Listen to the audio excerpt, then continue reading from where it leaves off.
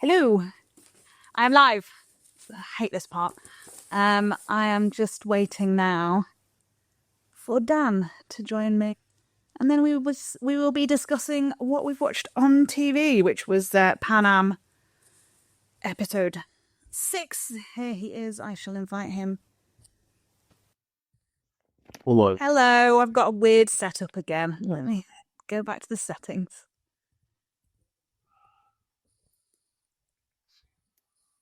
There we go. Hey. There you go. All right. Let me get my dollar situated. How you doing, Beth? Fancy light on. Oh, yeah. Should be pointed at me is actually what should be happening there. All right. Get rid of that thing. Send Slay to go for a talk. If I don't know what that means. That's a weird TikTok thing. Hi. How you doing? Hi. Happy New Year. Happy New Year's to you too. I suggested in our DMs that you do the introduction. Would you like to do the introduction, Dan? Do you remember what the podcast is called?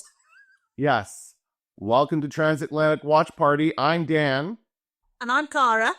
This is the podcast where we watch different TV shows. Currently, we're watching the series Pan Am as we are on break from 911, which is what we have been watching.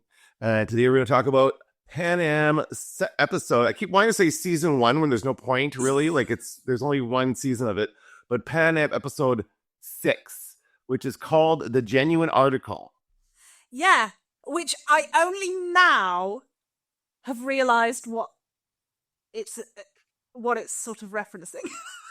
What is it referencing? I haven't. Well, I think it's kind of referencing Maggie and that she fakes her way through everything, but also more literally the things that they buy in Rio. Yeah. So, but I think it's mainly about Maggie. Out of interest, because we're probably watching it on different platforms, did you have, because I got a previously on for the first time. Yeah, I got a previously on. Was that the first one? Yeah, so I wonder if they did 5 episodes and then maybe had if they had a little break. Because it's the first one I've had. Yeah, and sometimes what I've noticed about previously ons in general is that the purpose of them is to bring us up to speed as far as what's going to happen in this episode. Because sometimes in TV shows where there's a lot of things going on and a lot of stuff happen. I first noticed this with a show like Buffy, where they would really have to tell you everything that happened. And then I remember the very last episode of Buffy, they said previously in Buffy, and it was the entire series all in one thing. It was really funny. Anyway, but this is what this did at the beginning of this episode, was that it showed us previously on, it showed us specifically Ginny and Dean and the way they got set up, because that was a big focal point of this episode. It also, what else did it show us? I don't remember now. I think it probably also showed us Maggie getting Nico. Oh, yes. And yeah, also Maggie getting in trouble, because this starts with Maggie getting in trouble. It kind of goes back to the one we saw before, where she, was going to get in trouble from her supervisor. And what do they call him again? They said it several times in this. So I'm just going to adjust my. Oh, they did. You have to go to the something. The base. Tartan Head. The base, yes. Base something. Yeah. It's okay. Damn it. Right. Yeah, I can't remember what he was. But yeah, Evil Woman was back, so it was nice to see her again. Yeah, and she was good too. I thought she had a couple of really good lines in there, and that actor is really good. She plays that role well. Yeah. I feel for her. She's just doing her job. It's not her fault that the freaking company is sexist and makes their, she's just doing her job. I know, but she is also a bit mean. She could do it in a friendlier way. She could go, come on, girls, we all know this is nonsense, but unfortunately I have to wear you. But she isn't. She's fully bought into the company aesthetic. So, But actually, the first scene we saw was Dean and Ginny. Oh, right. And she was wearing his Captain's uniform. And what I enjoyed about this was they did that thing where... show don't tell, but the other way around. They're told, oh, don't have too much fun in Rio. And then in the very next scene, Maggie says, but I'm going to Brazil. And I thought, is that to clarify to the people who didn't know where Rio was? That it's possibly. Brazil. Yeah, it could have been. I mean, they have to kind of like inform the audience as well as like let them know what's going on. So could be. It just felt very like, we're going to tell you over and over and over again where we're going. And then, And they did. To be fair, they did say Rio a lot. Like they did that. That was repeated quite a bit throughout the episode. I noticed. So yeah. um, yeah. So yeah, so it was all, I mean, it was all going on. It was a very packed opening of the episode because we had Dean and Ginny. So we saw that they're still going on in New York.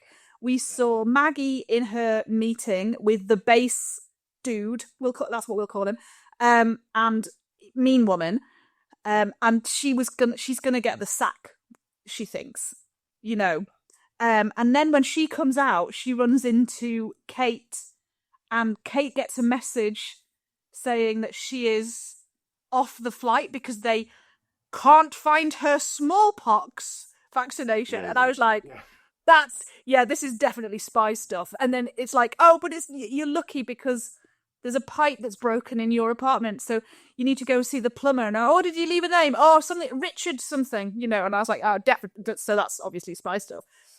And then you get to see that Laura is being trailed by the life photographer. He's doing a follow-up piece on her, like a day in the life of a Pan Am stewardess. And I was like, this episode is kicking off. So a lot going on, and by the way, we like in that opening scene, Maggie talks her way onto to going on this one flight because she speaks Portuguese. This is the key thing, and Eric, you learn the key skill that she has that gets her hired basically as a Pan Am stewardess. So you see, she's Portuguese. They're going to a Portuguese speaking country, and so they're obviously going to have passengers who need help, right? And so, and she is called to help at one point, but we don't actually get to see that interaction. I noticed, which is kind of interesting. Well. Right?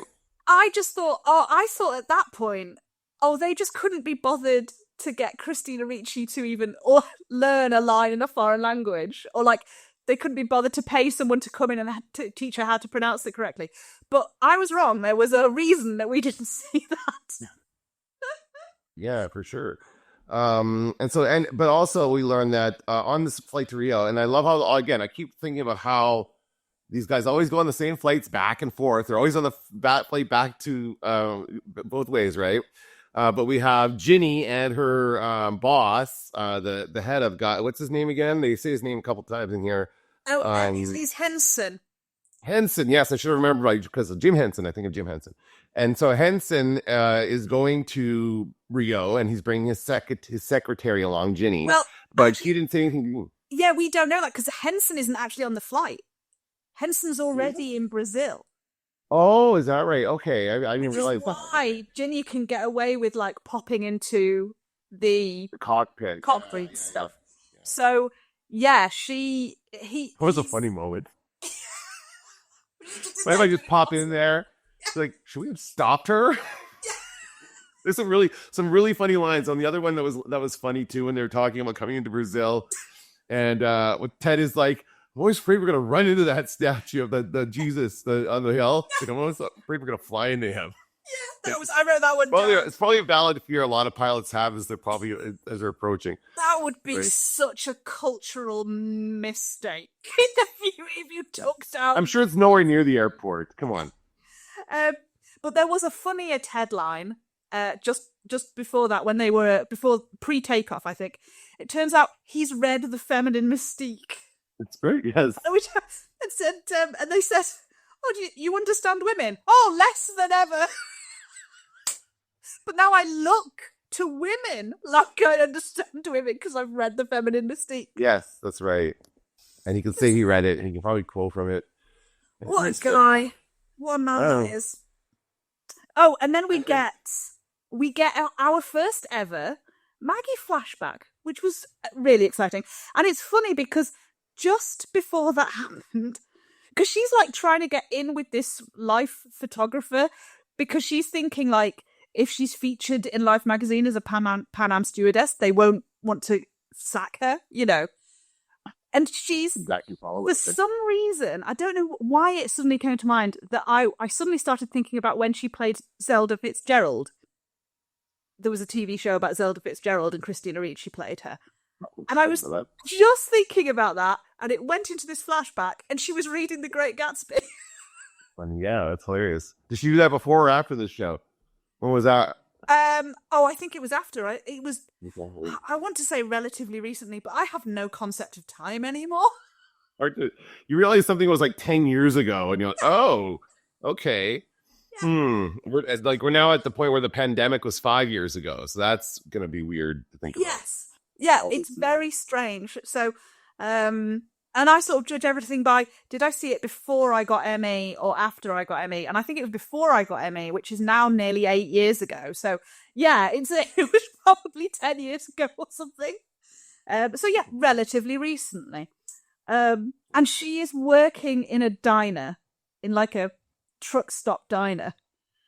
And something very important happens. We find out that she doesn't speak Portuguese. Or no, at that point, because she's got a Portuguese. That wasn't clear. Yes. Yeah. Who yells at her. And he's shouting at her in Portuguese, and she goes, I don't speak Portuguese. And then he goes, you waitress, you get things. And she goes, you chef, you hold horses, which I thought was a good line. It's also a good line, yeah. Really good lines in this show, for sure. And then, yeah, she gets a 3-cent tip from a guy, and then she goes out and she's mad at him. I'm like, holy crap. Like, she gets like, I would just be like, all right, whatever, what a cheapskate, and move on. She goes out and she yells at him for giving a 3-cent tip. And this guy says, I did it to get you, like, to discourage you or whatever, basically to shake her out and get her out of there. And then she jumps in the truck with him. Yeah. That is such a weird, sketchy thing to do. Oh, no. I was so mad at him because she was like, why are you giving me 3 cents? And he went, because I don't want to encourage you. Because 14 years ago, I came into this truck stop for the first time when I was driving a truck. And Rosie, who was the other waitress, the older waitress who were there, she made me a cup of joe, or whatever he said. And I was going to go on my GI fund to school. And now I'm still driving this truck, and Rosie is still more pouring me cups of coffee, and I want better for you. And I'm like, okay, all right, but let's think this through, because I didn't know she was about to jump on his truck.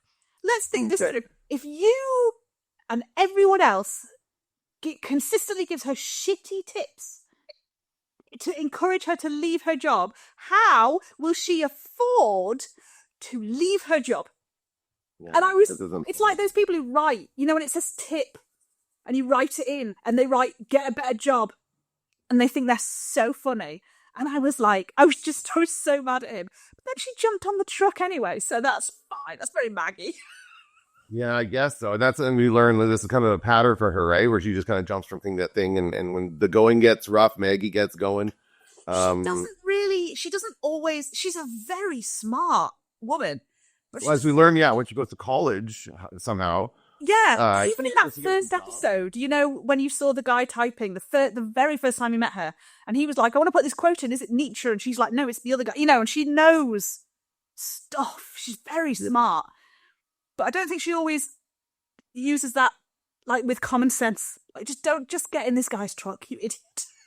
Yeah. She's very impulsive and does not think things through quite often, right? And then she gets into trouble because of the things she does. She's also got a very fast temper and a smart mouth, and that's what gets her into trouble at work. And then she's in the place she is. Oh man! And then what she does at the end just killed me. I could not believe. I know. Let's not skip ahead. So we get then we go to Kate, I think, and Richard on the bench, very spy. Yeah. And he obviously knows about her tete-a-tete with Nico, with her ongoing shenanigans. Yeah. I think it's when she realized they're spying on me too. Like, they watch me. Yes. They're they're going to keep an eye on everybody they have in their sphere here. So, and they basically want her to kind of move up a level in the spy game and start turning him into an asset. Because he is some kind of diplomat with Yugoslavia. And I wanted to ask, is Yugoslavia still a country? I don't think it is. No. Right? No, it's like it's the Czech Republic now or whatever. Is that over in that area? I don't know what it is. Oh my God, don't. This is terrible, because I do know this, but I couldn't tell you. It's pretty cold. It's like Czech Republic was Czechia. Czechia was Czechoslovakia. Yeah. And we have Yugoslavia, which became... Oh my god, that's terrible that I don't know this. Don't worry about it. Not relevant to the podcast. I The know, guys but from this is Rob- mortifying.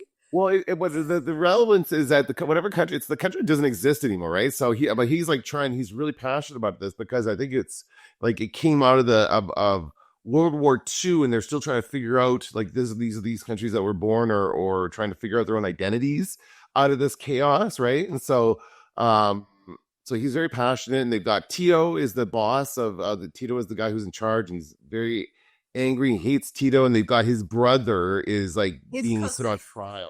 Cousin? Sorry, brother or cousin, I can't remember.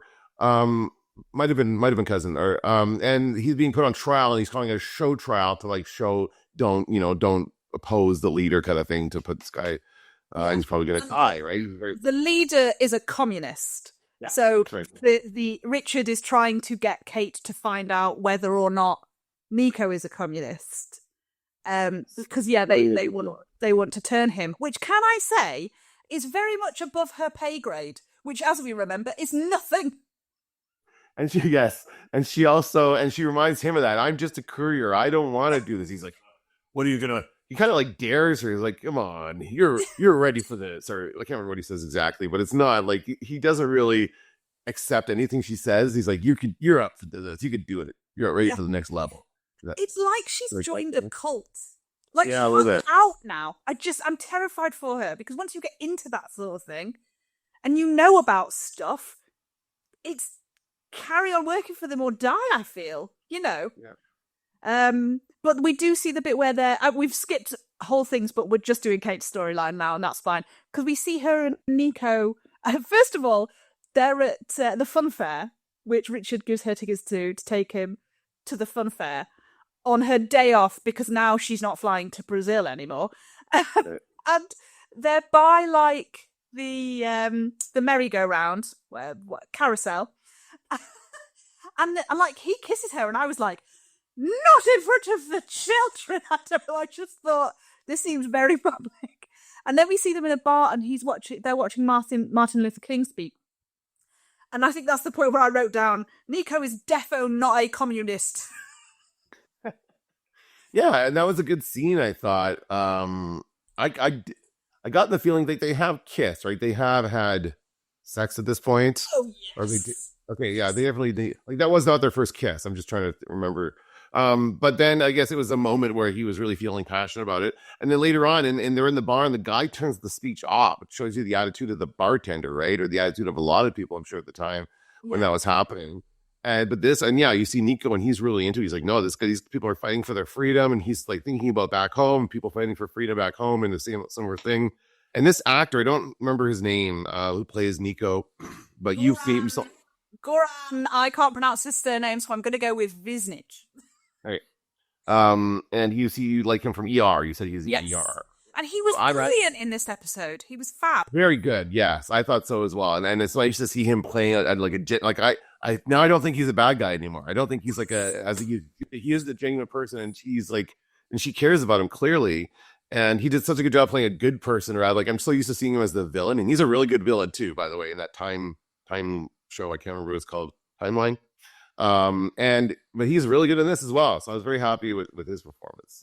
And so Kate is getting involved with him. Meanwhile, back in Rio, Maggie has kind of engineered this day of like photographing Laura doing things for this photographer, and he's frustrated because she keeps posing, and he's like, stop posing. And she's like, I don't know how not to. He's like, well, you didn't pose for that person. She's like, I didn't know it was being taken. That was a great little exchange there. And he So was I like, just- I can't hide anywhere on this plane. she's like, I'm just trying to do my job here, and like, you're in my, pretty much getting in my way. And then Maggie kind of bumps in there and inserts herself into it, and then tries to get him to, he gives him a list of things. So then they try and rush her along when they actually go do that, right? They actually go shopping, and she wants to buy something for Kate. She's upset about the camera incident, I think. She also wants to buy a watch for Ted. Yes. Those are the two things she buys from that guy: is the watch and the purse. Alligator purse, very important. Yes. And then they send the photographer ahead. They like, Maggie's like, because Kate Laura is like, no, I have to. Kate never asks me for anything. I'm going to do this for her, which I thought was really sweet because they've sort of been on the outs. So that was very nice. And Maggie was like, okay, photographer guy, you go and we will meet you on the beach in 15 minutes. And she goes back to the shop where they found the fake alligator purse and says, hey, we work for Pan Am. We will be able to tell everyone to either come to your store or avoid your store. We want the real stuff at the plastic prices, which I thought was brilliant. But still, I was thinking, why isn't she talking to him in Portuguese? I thought that would be... I did not clue into that. I thought that would be the perfect moment for her to speak Portuguese. Like, yes, you know, like Laura wouldn't be able to haggle with him because she's not able to, you know, get into the language with him. And I thought, oh, Maggie's going to really show us her Portuguese here. And she didn't. And just so I know, just so I say, hi, Auntie, who's just joined us in TikTok. So, yeah, and then what happens, Dan? They get arrested. That's hilarious. It's so funny. They just roll up. These two cops roll up and take him in. And I guess they either knew it or were like just kind of, they just do this all the time. They know this guy sells stolen stuff and they can't do anything about him, but they'll shake down the tourists to get money out of them. Is that getting basic? Because I thought they were coming in to raid the whole market. Yeah, that's what I thought too. I thought they were here to bust the guy and they were going to get brought in as part of that. That's what I also assumed. But it was just them in the police station and some of these other guys just smiling at them. Yeah. And Maggie can't help them because she can't speak Portuguese. Like, first of all, she's like, we should just be quiet and not say anything because this is the best thing we can do. And she kind of is right about the situation though, right? She is... Like she does assess the situation correctly in saying they're not really going to do anything to us. They're just here to get money and we don't have enough money. So we're kind of fucked right now. Yeah. Is she assessing the situation correctly or has she been in this situation? Oh, there's that too. Yeah. This seems like a very Maggie thing for her to have been arrested in many countries. Yes, it's true. And I love how Laura is just like, then let's just pay them and go. Kate will send the money. Like, she's just like, anything we need to do to get out of here, please. She's just terrified. She wants to leave. And I gotta say, Margot Robbie is very good as well in this whole series. Like, the whole time she's been excellent. I like this character she's created here, and it's a lot of fun. She's just like so freaked out by everything, you know, because she's so new to it all. She's a little baby fawn, you know, when it comes to all of this stuff. And Maggie is like this wise old owl, you know, she's just like, just chill, nothing's gonna happen, they're just gonna let us go when they get bored. Yeah.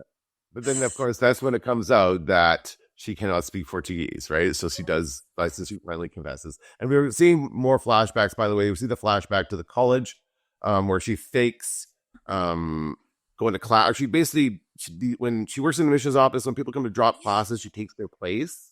Yeah, so like, yes. I mean, like I said, she's so smart.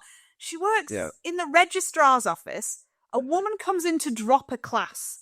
The woman is a Pan Am stewardess. And Maggie just latches onto it. And then she's looking through the folder of all the classes that have been dropped. And I was like, she's going to go to these classes. And that's exactly what she should do. There's a space in them. Just fill it. You know, nobody else is going to be there at this point. Yeah, and that's exactly what she does. She goes to her world literature class, immediately impresses the professor. So, and I liked it because he was like, oh, what book would you have on a desert island? And she said The Great Gatsby, and he was like, oh, blah, blah, blah. And she went, you're assuming I'm Daisy Buchanan. I'm not. I'm Gatsby. And he went, oh, you always after the thing you can't quite get. And I was like, nailed it. So I don't know if they'd finally if they'd managed to get all the way to the end of the series, it would have been an incredible thing if Maggie had ended up shot in her own pool. Like, that would have been an incredible callback. Yeah, for sure. But no, she does, and she does continue until she gets caught, basically. She says, I don't know, I presume she goes on for a while, and that would be possible, I assume, at that time to do that. I likened it to Catch Me If You Can. She does kind of a lot of that kind of stuff, which is funny, because that's also Pan Am. Is it? All right. Yeah, he pretended to be a Pan Am pilot, Frank Abagnale, and during the same time period, during the 60s. So this is like right for scammers, because people just kind of believed who you were, right? And this is before the internet, before you had to prove your identity with anything. No photo IDs really at that time. They didn't have the technology for that. So it was easy to pretend to be somebody else. Yeah, because when she does get found out, as she explains to Laura later, as soon as she gets found out, she just jumps onto the next thing. So she never deals with any consequences. That's the thing with Maggie. She might think that's a consequence, but not really. She just avoids all consequences and runs away. And so she ends up turning up to this Pan Am interview. She's late. She makes up this thing about a logging truck, and she had to stop to staunch blood flow. So she's obviously like telling them that she's a first aider, and getting all of that information out. And what I really liked was when she hands them her, classes that she did at Berkeley. We say Barclay over here, so I'm confused. Berkeley. Oh, okay. She says, hot off the presses of the Berkeley's registrar's office, I saw to it myself. And I was like, well, of course you did, because that's where you worked. So she just printed it off and then ran away and came into this interview. Yeah, and then when she talks way into it, she didn't even have the interview. She just shows up at the end and says, I was supposed to be here. And then she just talks them into it. And then the hook that gets them is the Portuguese. She talks to them in Portuguese because they said, we have lots of Spanish-speaking candidates. We don't need anybody else to speak Spanish. But she said, what about Portuguese? And then she says, what does she say? Like, you're a stupid waitress? She said, clean up table 9. And that's like the only thing she knows. She knows how to yell at a waitress. In Portuguese, yeah. So, and they're like, oh, okay. But you don't think there would be like a further testing of that? They just take them at their word and that's it? That's fine. But I did like that, of course, who comes to rescue them from the jail? It's Ted! He's your favorite guy. Oh. Yeah, so I'm so happy to see him in that moment. I'm like, oh, of course it's Ted that comes to save them. He's a really good guy here. And he, and it turns out, because they mention Pan Am, and the police guys like perk up, because they can get a lot of money if you work for Pan Am, is probably what they're thinking. And so they ring, I don't know, the hotel where they know the Pan Am people stay or whatever, and they get the head Pan Am guy, which is Ted, because the actual head Pan Am guy has gone out for the world's most awkward double date, which we will come back to, because it's genius. I want to talk about that a lot. And so they get Ted, and he's been gambling, and he's earned a lot of money gambling, because obviously he's not been able to pick up any women, because we see him complaining about that earlier. So he's been gambling, and he comes in and he just gives them all of his money. And then he goes, oh, you replaced my watch. And he's like putting it on, and the police are like, no. Yeah. You leave the watch too. Yeah, you don't get anything else. Yeah. So that was a great Ted moment. I love that, yeah. And then I did love that something that Maggie said to him as they were about to fly back. She said, I disagree with your politics, your attitude toward women, and, well, you as a person in general. I was like, yeah. And she went, but you show up. And I appreciate that, because people can be great, but if they don't show up for you when you need them. And he's delivered a few times now. Like, he's saved, certainly he saved Laura a few times, and basically he generally wants to help people and do the right thing, I think. Yeah. He's trying to understand women. He's reading the book. He's doing the work. I don't want to give him that much credit. I think he read The Feminine Mystique because, like he said, it's sold 500,000 copies or whatever already. Who are those people reading that book? It's women. He's just constantly trying to game his way into bed with someone, because I don't know that he thinks that he has a lot to actually offer. Do you know what I mean? But he does, because he is, he does turn up. But he just always goes about it the wrong way. Like, he went in for the kiss with Laura when they'd barely spoken. They were just holding hands. And when he was with Laura trying to get her engagement ring back, he ruined that for her and then had to chase around town to make it right. And when he saw Maggie, because she was in trouble for stabbing that guy with a fork, because he sexually assaulted her, he thought he was making it better by just offering the guy free drinks. He was trying to help her. He's just doing it the wrong way. Yeah, absolutely. Yeah, it's a tough situation to be in for him. Yeah. So, let's get back to that dinner, and I Yes! didn't get a ton of Colette time again. She was kind of on the sidelines. At this dinner, she was that, you're frustrated. She's basically Dean's date as he goes out for dinner with Ginny and Henson. So this is and what did they run into them in the bar, right? Or something like that? Yeah, but Were they like Ginny's obviously setting this up because when she arrives in Rio, it turns out she's in the room next door to Dean, and they arrive at the same time. And she was walking down the corridor, and I wrote down, "That's a very woolly suit for Brazil, Ginny." Like, she must have been very warm. Light the fruit for sure. Yeah. So she, and he's like, "We don't do this here. Monte Carlo was like a one-off, and we were so lucky to get away with it. And here we don't know anyone, we can't do anything. This is an accident waiting to happen. Let's stick to New York, where we know the language and we can read the road signs." Really takes that car crash analogy all the way. And so I think she is a bit miffed. And so she then kind of she says to Henson, "Hey, look, it's the captain. We should have dinner together." And I was like, he knows something. Because, they're with Colette, who was barely in it, so I was obviously very angry. And they ended up on the world's most awkward double date, because Dean has slept with, I presume, he's kissed the hand of Colette. I don't know if they've done any more. But he's had a lovely moment with Colette, and he's had all the sex with Ginny. And then they get up, and Ginny and Colette are like not getting along. Like there's some real sort of antagonism. I think Colette knows what's going on here. She knows what Ginny's doing, and she's like, "This is like really tearing Dean apart to be in this situation like this. To be out for dinner with he's sleeping with his boss's mistress. That's a really weird situation to be in, right?" And so so he's just upset about the whole thing, basically. And then And then they get up and they go to powder their noses.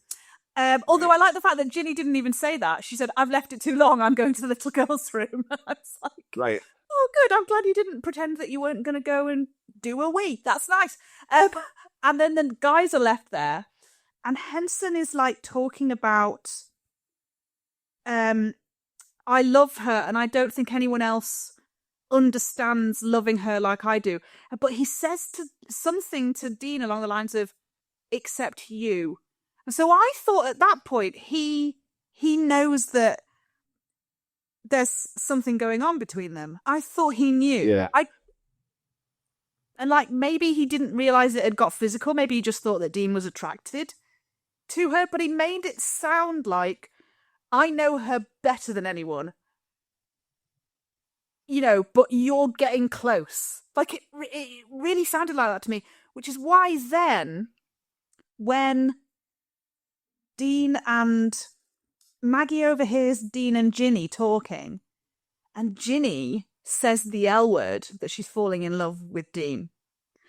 And Maggie is trying to get Henson to pull some strings so that she doesn't lose her job. And he's like, "I do not get involved with personnel, problems or whatever, and hiring and firing."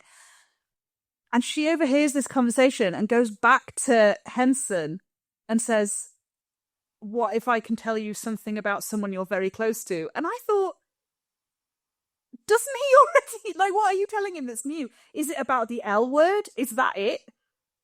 Because, and also I didn't know how that would help Maggie. I didn't know, like, apart from him being like, "She's going to embarrass me, so at least I know now, so I can get rid of her," of Ginny.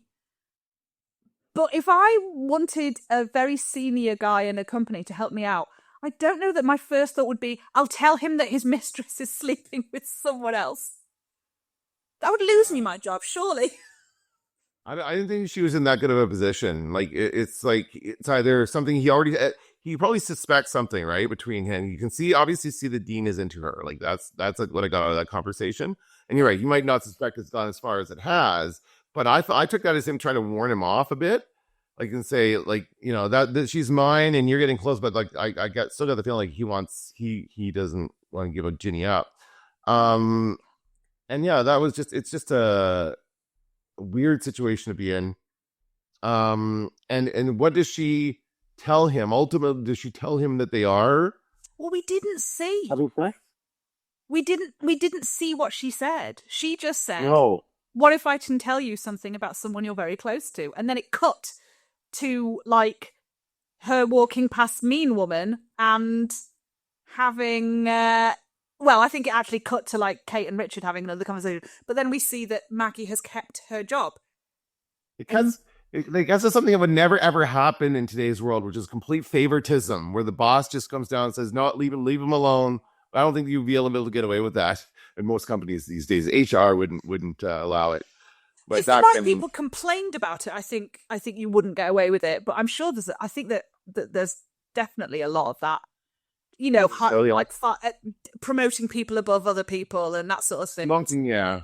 But like stopping somebody from getting fired, because that's what they were going to do. They were going to fire her, and he stepped in and said, "No, don't fire her." Yeah. Right? That's basically the opposite. Yeah, that is. And they're acknowledging that, like they're saying, "Oh, here you got a new friend." So now that lady knows she can't mess with Maggie anymore. Yeah. Because not like she's like to go back to this guy, but it's like now she's just going to like wash her hands of it and not bug her.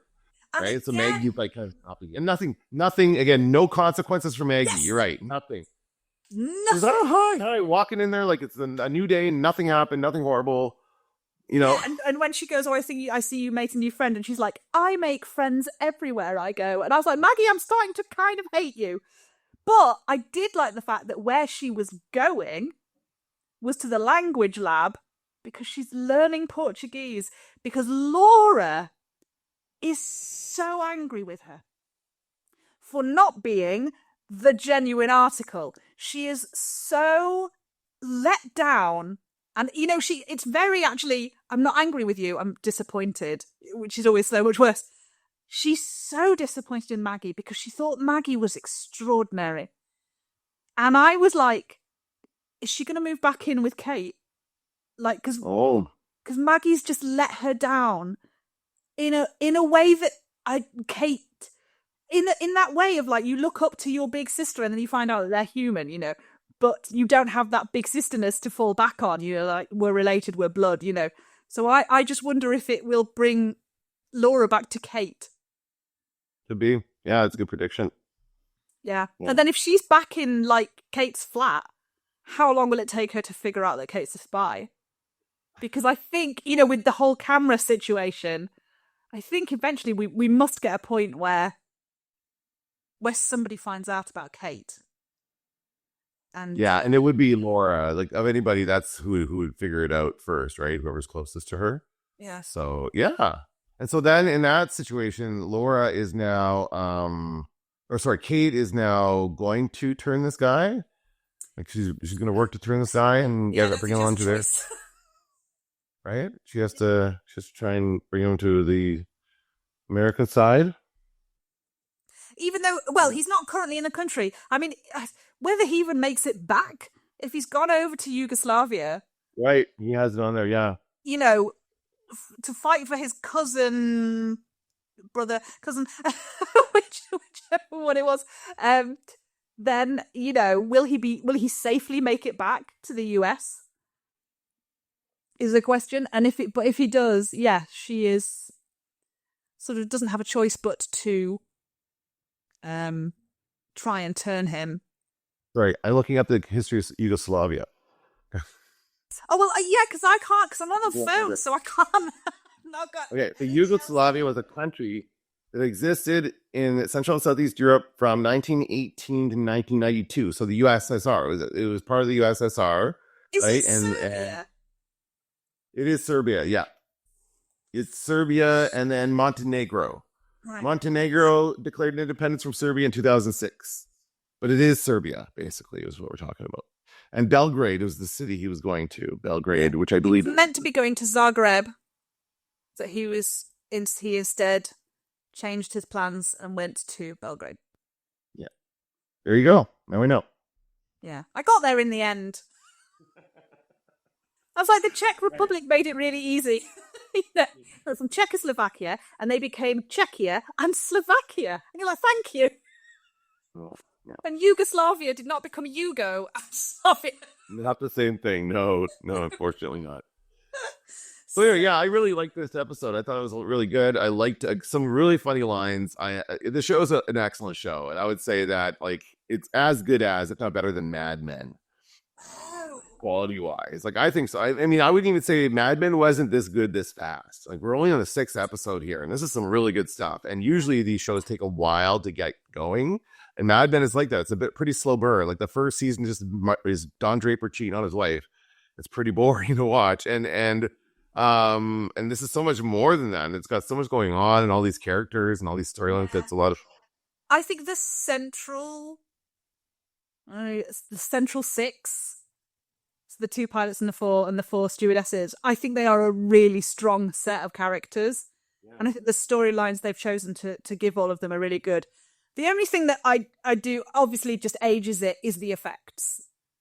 You know, and there was one point, like, and I had to rewind it, and I'm staying with my mum at the moment, and I was watching it on the TV, but I was listening on my headphones, and she was like reading her book, and I went, just put your book down a second. And it was one of those CGI moments towards the end, and there's a guy standing in front of a static airplane, and I swear to God, it's a CGI guy in front of a CGI airplane, and he appears to be beckoning it in to land or something, and I'm like, it's standing still.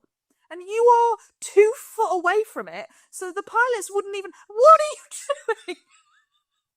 And, you know, so I do think when the music starts playing and the Pan Am logo comes up, I go, ugh. Usually that's something bad is going to be associated with that. Yeah, well, clearly the budget didn't go into the special effects, right? They had to, or it did, and that's how good the special effects were. Navy at the time, this is quite a while ago, so they still weren't very good for a show. Not for a film, you know, where you had to do repeated episodes. But I think the script, I think it's a really good script. Yeah, it's a lot of fun. Just so much to watch and to react to. And it just, you know, I laugh a lot during these episodes. Yeah, I laugh a lot during these. So I wanted to say to you, because you told me that you'd watched the first episode of Squid Game, and you were saying about these recaps previously on, I am now watching Squid Game season 2, and I was really pleased that when I pressed play, it gave me like a 90-second what happened in season 1. Did I talk to you about this before? No, but yeah, that happened to me too. I'm in the audience because I got that as well, and that's a pretty common thing on Netflix, I think. When it's been a while, or if not every time, maybe every time, they have a little recap. I was so grateful, because I can't remember a book 30 seconds after I've set it down, so I definitely can't remember Squid Game from a year ago. And and I was like, I remember Squid Game. And then I was like, oh, there was a whole plot I'd forgotten. I'd forgotten about the policeman completely. Oh yeah, okay. The guy, yeah, and he's kind of. I actually haven't watched another episode of that yet since I talked to you, so I've fallen off of Squid Game. I've been watching other things. I won't spoil anything, but you were right. It's so good. It's absolutely brilliant. And the end of episode 2 had me going, which always makes me like, oh, I think it's absolutely fantastic. It's such a good show. Cool. And what else have you been watching? Well, you probably see behind me, I've been watching RoboCop. I hit my tripod there. This is my RoboCop box set. I watched all 3 of those movies this week and had a lot of fun with those. Because I don't remember a lot about the sequels. That I don't think I watched. Like I watched the first one a lot when I was younger, but the sequels I didn't really bother with. And then the other one I did. How young when you were watching the first one a lot? Because it was a film that I was definitely like told was uber violent. It came out in 1987. So give it time to come out on VHS, because I saw it in my friend's house. We would rent movies, and his dad didn't care. His dad was divorced and didn't care about renting us restricted movies. So we'd always rent like really gory and violent films. And so he rented RoboCop, and I just came over. He's like, "We're watching RoboCop." I'm like, "All right." And I was probably 11. I think I was 11 years old. And so and then the key scene is the one where you don't really think anything of it until the one scene where the guy in the boardroom where the guy gets shot by the other robot, the big robot, and it's like full on, like he just gets blown away, and there's big bullet explosions, whatever squibs they call it in movies, and he gets blown across the table. And so that's when you're like, holy crap, what is that? And that's when I was like, oh man. So, but that one, and then the other one I just finished watching, I don't know if I'm going to make a video about this one or not. It was an interesting movie called The Boys from Brazil. Have you ever seen that one? I've heard of it, but I haven't seen it, I don't think. The Boys from Brazil stars Gregory Peck, an older Gregory Peck, playing an evil Nazi. He plays Mengele. Yes. Mengele, and it's about him, this evil plot to like clone Hitler around the world. It's really kind of messed up. The whole thing is like, and it takes so long to get there, like weaves in and out. And you're like, where is this going? And Lawrence, what's his name?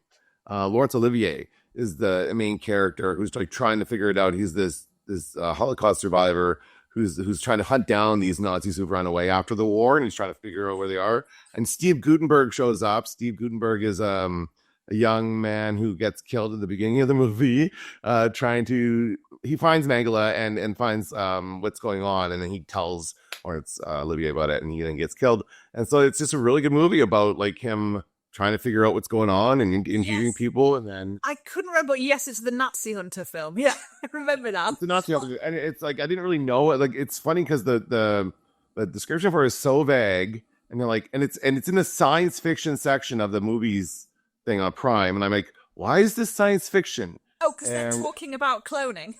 Yes, because they're talking about cloning. That's what it is. And so, and the guy, he goes into a really good explanation about cloning and explains what's happening, and basically explains exactly what they did to get these kids who are apparently clones of Hitler, and then they like get these couples to adopt them all over the world, and then the ultimate plan is to kill all these kids' fathers at age 65 to replicate Hitler's life, because Hitler's father was killed when Hitler's dad was 55. Like they're trying to completely replicate Hitler's life to grow another Hitler. And so then isn't that crazy? Yeah. Isn't that insane? Yeah. That's the plot of The Boys from Brazil. Okay. Yeah. And Gregory Peck, by the way, is excellent. Like you would not expect Gregory Peck to play an evil Nazi like that, and it's really good. Very powerful performance. Yeah. Oh, I think I should find that. I haven't seen any of the RoboCops, and in fact, I don't know that I knew that there were 3 of them, so you have been educating me on here. But yes, the third one, I definitely need to watch, because I love Bradley Whitford. Well, he's only, to be fair, he doesn't make it through the whole movie, and he's playing like the character he was known for in the 90s, which is kind of the Weasley corporate guy. Like think about him in Billy Madison, basically, right? Not so comedic. Oh, Billy Madison, you should see then. He is the bad guy in Billy Madison. He's the evil guy. Do you know the premise of Billy Madison? Is Billy Madison a Adam Sandler? Okay, all right. Adam Sandler. And the premise is that he bets his father that he can go through every grade 1 per week, I think it is. Oh, is that why he's in school? And he earns and then if he does that, he gets the company. He inherits this big company, a hotel chain, I think. And then the guy, otherwise it goes to Bradley Whitford's character, who's this Weasley corporate guy who's trying to sabotage him the whole way. Basically, It's pretty funny. It's actually a really funny movie. And so Bradley Whitford he does that same character in this, and it just shocked me to get all these names, all these faces that you would recognize, and there's more, not just him. You would definitely recognize these people, and it's like they're all the verge of something great. Like Stephen Root is Mr. James from News Radio, but he's also in a million other things. You might know from Barry or from I don't know. He's been in a bunch of stuff. The Man in the High Castle. What's that? Dodgeball is the first. Dodgeball. I think that's the first thing where I became aware of Stephen Root, and so every time I see him now, I go, "Where do I know Dodgeball?" But yes, Barry as well. He's brilliant. And then there's a couple other people in it as well, and it's like these people are like just on the verge of their stardom, of getting their big break, and they're taking this role in RoboCop 3, right? Like one of the names you mentioned rang a bell for me, and I couldn't think why. CCH Pounder. Yes. What else has she done? She's done a lot of other things. You recognize her in a bunch of TV shows, movies, like just one of those character actors that usually plays like some kind of somebody's sergeant or boss, and she's usually yelling at people. It's hard to explain, but it's like I didn't know her name. I knew her face. I didn't know her name. I had to look it up. So you'll probably recognize her when you see her. Yeah. But yeah, overall, and it wasn't a horrible movie. It gets kind of dumb at the end. They have a samurai, like the Japanese are coming in. Of course, this is a big theme of the '90s. The Japanese were taking over everything in the U.S. So this Japanese company is taking over the evil corporate guys, and so they have this Japanese samurai robot who's just basically a guy. And then they do this weird, whenever he gets punched, they do this kind of weird effect on his face, like that kind of this weird plastic effect to make his face look like plastic. And so that's all they do with them. And then, but RoboCop dispatches them in like a second. Like it takes 2 seconds to get rid of them. It's like not even worth the payoff. It's like, what was the whole point? Like, because they build up to it. They see this guy moving along. And throughout the movie, he like leaves Japan. He comes to the U.S. He has to go find a map, which I thought was quite funny. This is supposed to be happening in the future. They didn't foresee that maps would be obsolete. He has to break into a gas and get him out. The entire plot of the film is the Indiana Jones moment with the guy with the sword, and then he just shoots him. Pretty much, yes. That's exactly it. Because at the end, he has an attachment that goes on his arm. RoboCop has like a gun arm, and he grabs it, he puts it on, and boom, he blows the guy's head off. And that's it. So it's pretty anticlimactic. Anyway, so yeah, that's what I've been watching. Well, that's good. I've just started watching the new Harlan Coben series on Netflix called Missing You.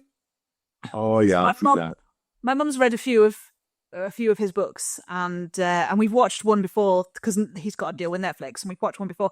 But mum's always like, "Aren't they set in America?" Like, so the books are always set around New York and New Jersey, but whenever they've been on Netflix, they've transplanted them into Britain, and I think Mum finds that a bit. She goes, it doesn't quite translate. The lifestyles, and I don't know why they've done that. I've heard of them doing that for other things. Was it you that was talking about a movie? No, somebody else was talking about. There's a movie that originally takes place in Ireland, but then they transplanted it to New York, and it's like a love story based on a book. I don't remember what it's called now. It's a famous book, anyway. And they're upset because they said the setting of Ireland is like a character in the book. Like it's so important to the story that this is taking place in Ireland. And so for the movie, they just make it in New York, Manhattan kind of thing. Oh, it's not that, because I know that they're redoing Wuthering Heights. No, not that. Oh my God, that's not what they're doing, is it?